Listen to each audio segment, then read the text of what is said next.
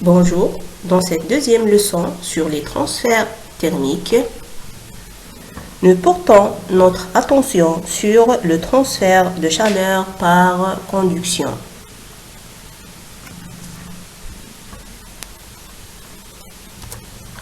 Le processus de transfert de chaleur par conduction s'appuie sur un milieu matériel sans mouvement de matière et est dû à des phénomènes physiques microscopiques comme l'agitation des atomes ou des molécules et le flux d'électrons libres. Il peut être vu comme un transfert d'énergie des particules les plus énergétiques, les particules chaudes qui ont une énergie de vibration élevée, vers les particules les moins énergétiques, les particules froides d'énergie de vibration moins élevée, due aux cohésions entre particules. Comme il est illustré sur cette figure, les molécules de deux corps de température différentes ont des énergies cinétiques moyennes différentes. Les cohésions ayant lieu à la surface de contact des deux objets transfèrent de l'énergie depuis les régions de plus haute température vers celles de plus basse température.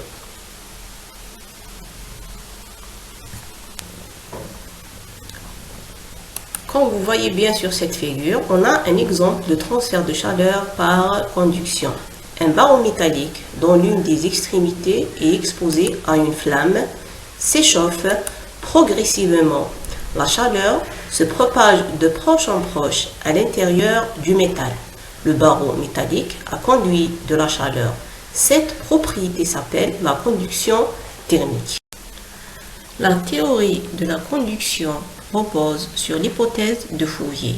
La densité de flux est proportionnelle au gradient de température, où phi égale moins lambda S dt sur dx, où phi est le flux et la densité de flux de chaleur transmise par conduction en watts, lambda la conductivité thermique du milieu en watts mètre moins 1 degré Celsius moins 1, x variable d'espace dans la direction du flux en mètres et s l'aire de la section de passage de flux de chaleur en mètres carrés.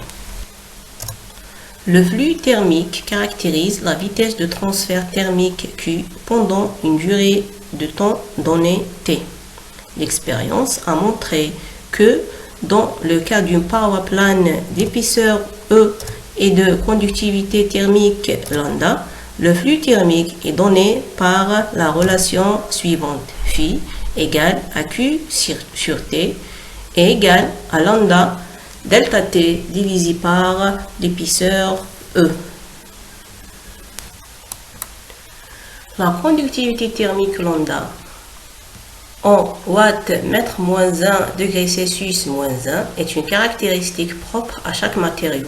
Elle indique le flux de chaleur qui traverse sa paroi en un temps de T égale à 1 seconde à travers une surface S de 1 mètre carré et d'épaisseur de 1 mètre, d'une différence de température entre les deux faces de 1 Kelvin ou 1 degré Celsius.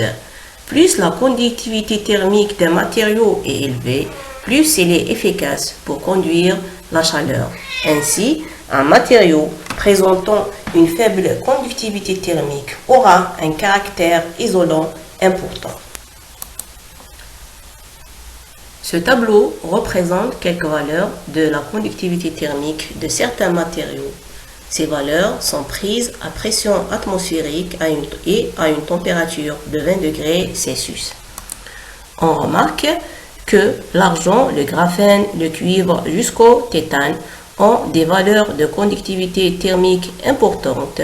Alors, on pourra dire que ces matériaux sont des conducteurs thermiques. Alors que pour le verre, la brique, l'eau, l'hélium, le lin de verre et l'air ont des valeurs de conductivité thermique faibles, donc ces matériaux sont des isolants thermiques. En règle générale, les gaz et les liquides ont une faible conductivité thermique. La diffusivité thermique est définie par rapport à la conductivité thermique par le rapport de la conductivité thermique sur le produit de la masse volumique et de la chaleur spécifique du milieu. La chaleur spécifique Cp en joules par kilogramme d'un corps ou capacité thermique massique, anciennement appelée capacité calorifique, représente la quantité de chaleur que peut emmagasiner un matériau par rapport à son volume. Elle est définie par la quantité de chaleur nécessaire pour élever de 1 degré Celsius la température d'un milieu de 1 mètre cube.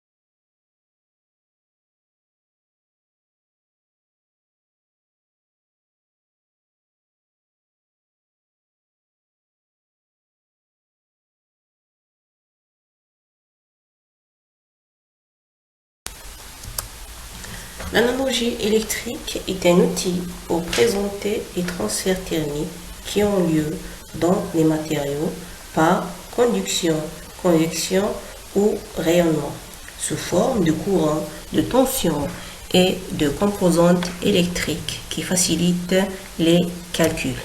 Ce tableau représente quelques analogies entre la résistance thermique et la résistance électrique. Prenons l'exemple de transfert par conduction dans un mur simple. Imaginez un mur qui sépare deux milieux à des températures différentes T1 et T2.